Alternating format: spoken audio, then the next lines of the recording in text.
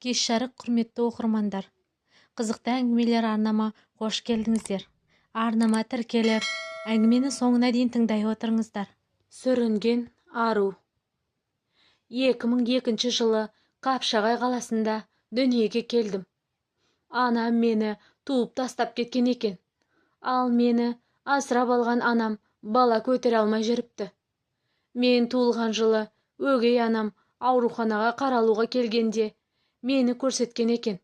Анам айтуынша жуынбағаныма 10 күн болған.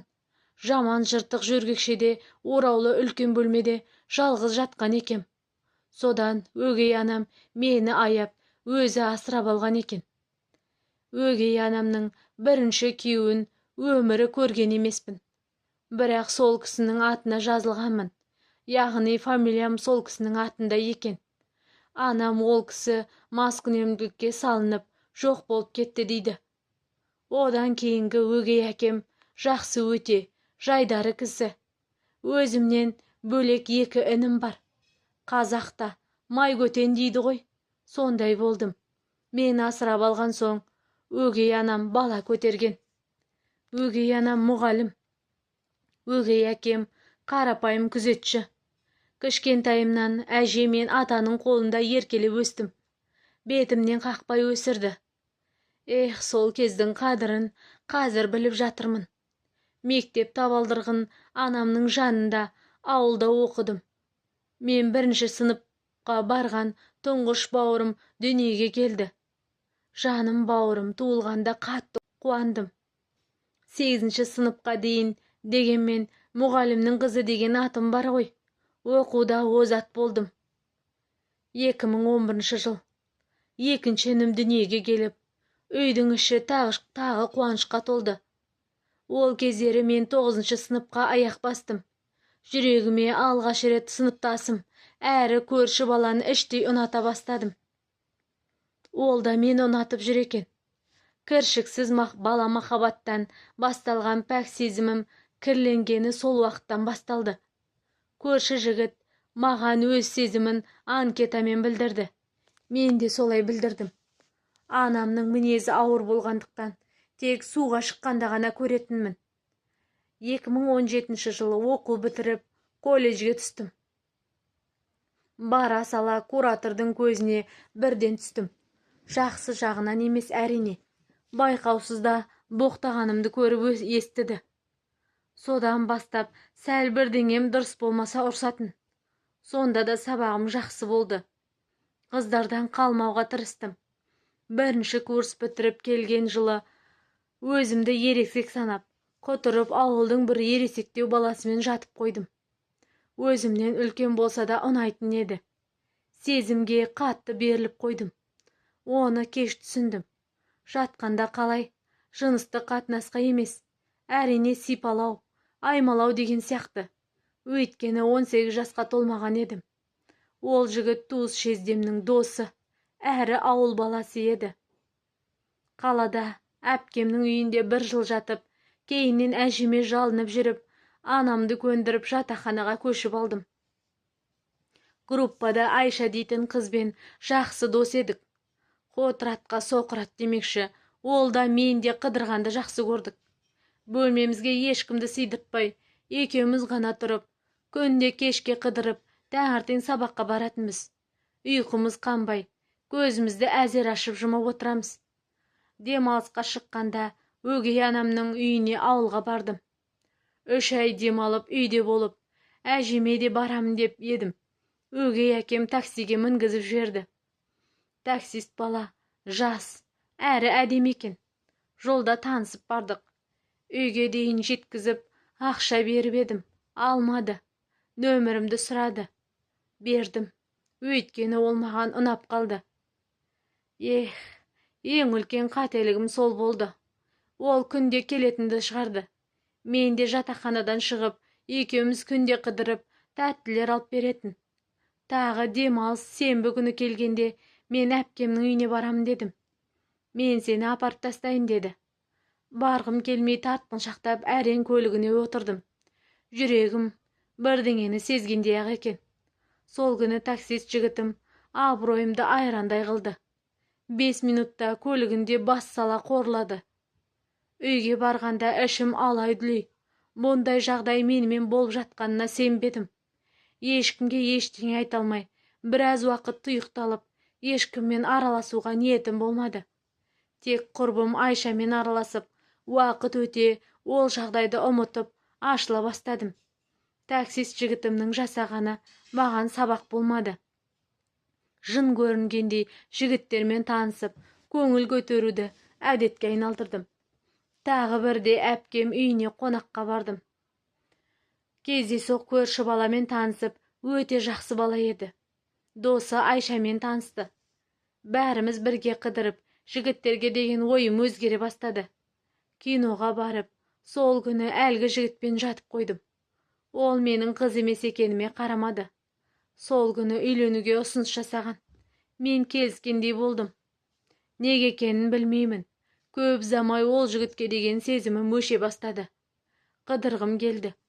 Өмірдегі бар қызықты көргім келді. Солай жүріп оқуымды бәрін тастап танысқаныма бір апта болған басқа жігітпен қашып кеттім. Тек әжеме ескерттім. Әжемнің рұқсатымен ол бала мені алып қашқан. Қыз емес екенімді айтуға батылым бармады. Өткенімді жасырып, келін болып кете бардым.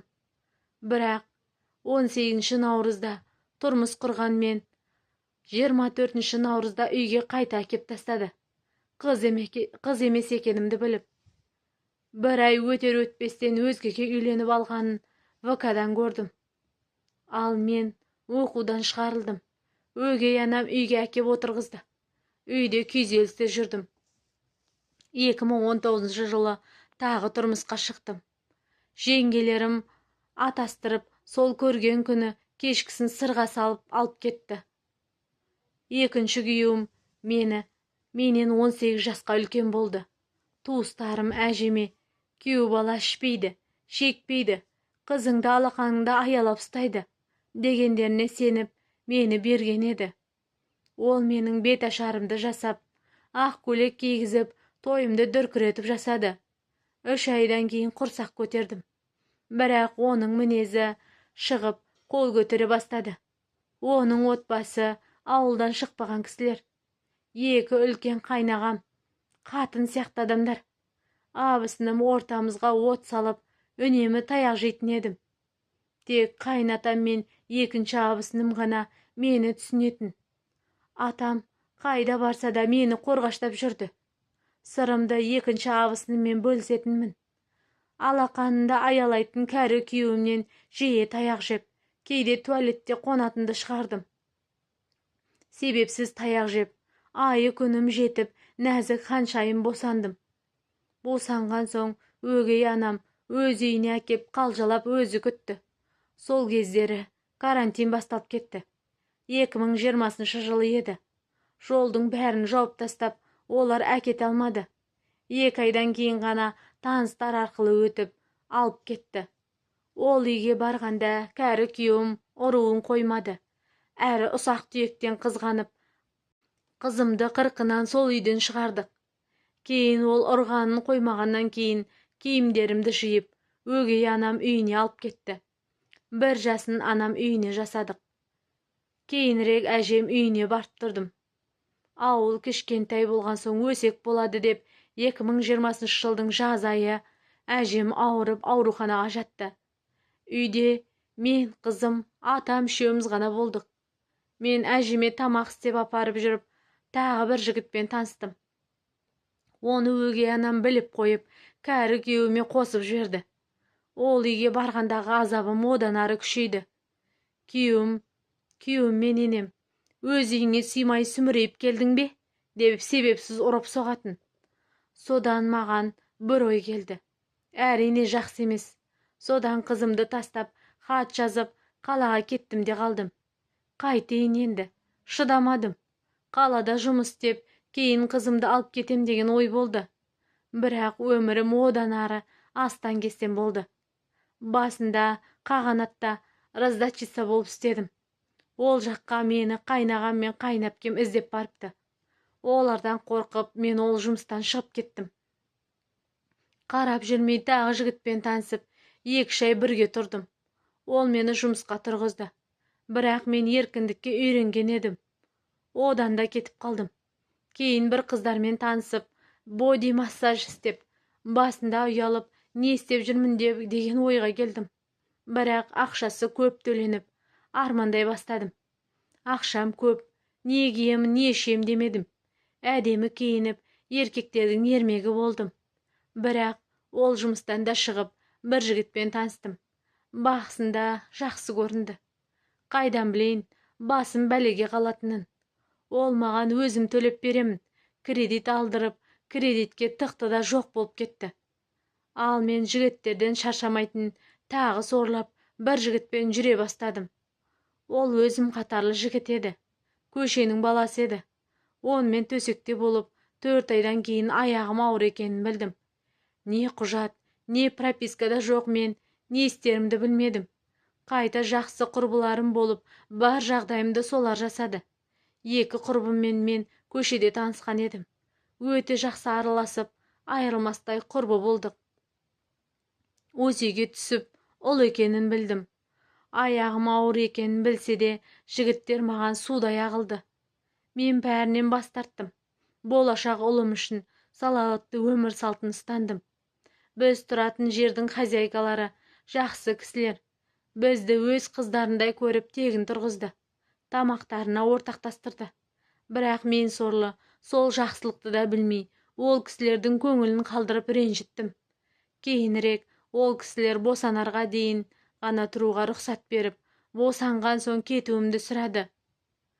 Босанған соң құрбым екеуміз ғана бөлек шығып, пәтер жағалап жүріп, хозяйкасы жақсы болып, мені аяған болу керек, тегін тұрғызды. Сол жерде бір 50 жастағы әйел кісімен жақсы араласып кеттік. Ол кісі менің 10 күндік баламды қарап, мен жұмыс істеп жүрдім. Балаңды біреуге асырауға бер, тым жассың дегендер көп болды. Бірақ иісін иіскеп, түріне қараған сайын ана жүрегім езіліп қоя беретін. Ешкімнің сөзін елемей, баламды өзім асырап жеткіземін деп, өзіме уәде бердім. Солай күндер өтіп жатты. 50 жастағы апа балама қарап, мен жұмыс істеп, өміріміз реттелгендей көрінді. Бір күні құрбым қуанып, мен жұмыс таптым, деді. Қандай жұмыс? Магнумда, деді. Әрі қарай қазбалап сұрамадым. Ол күнде кешкісін кетіп, 2-3 күнде келетін. Құрбым, сен жұмыс істемейсің, бар жағдайыңды мен жасаймын, деді. Жарайды деп қайта баламның жанында болатыныма қуандым. Бірақ ол бөлек үлкен квартираға шығатынымызды айтты. Мен 50 жастағы апама айтып едім, жібергісі келмеді. Қызым, шаман бірдеңе сезіп тұрмын. Кетпей-ақ бізбен тұра берші, деді. Мен сөзіне балам үшін мән бермей кете бардым. Өмірім жақсара түсті деп бекер ойлаппын. Тағы да сынақ. Ол кезде не боларын білмедім. Құрбым үлкен қыздармен таныстырды.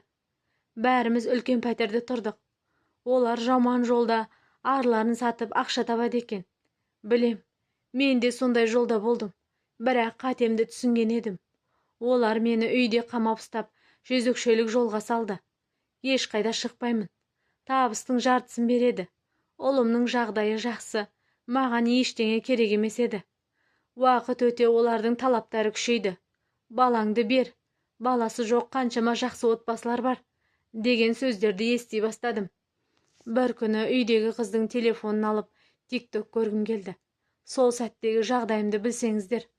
Бұлар менің сыртымнан баламды сатпақ болған. Соны біле сала мен қаштым, бірақ ұсталдым. Олар мені соққыға жығып, егер органға хабарлассаң, баламнан айыратынын айтып, қорқытты. Солардың үйінде жүрген бізбен тағы 2 бала тұратын. Маған қарындастарындай қарады. Солар ғана ортаға түсіп, ол үйден кете алдым. Басым салбырап, өгей анама келдім. Осының бәрін естіп, оларды өгей анам соттатты. Ал мені үйге әкеп отырғызды. Содан бері жағдайым әжептәуір жақсарды. Бірақ бір түсінгенім, қанша ата-анаң болса да, өз үйіңе ажырасқан, бұзылған қыз ретінде сыймайды екенсің. Мен осыны ұқтым. Қазір үйде 2 ініммен жиі сөзге келіп қаламыз. Кейде өгей ата-анам да betime bärin basady. Sonda da kişkentayım olum üçün bärine şydap gelemin. Dep äňimesini aýaktady. Äňime nasa pikir jazyp, laýyk basa oturuňyzlar.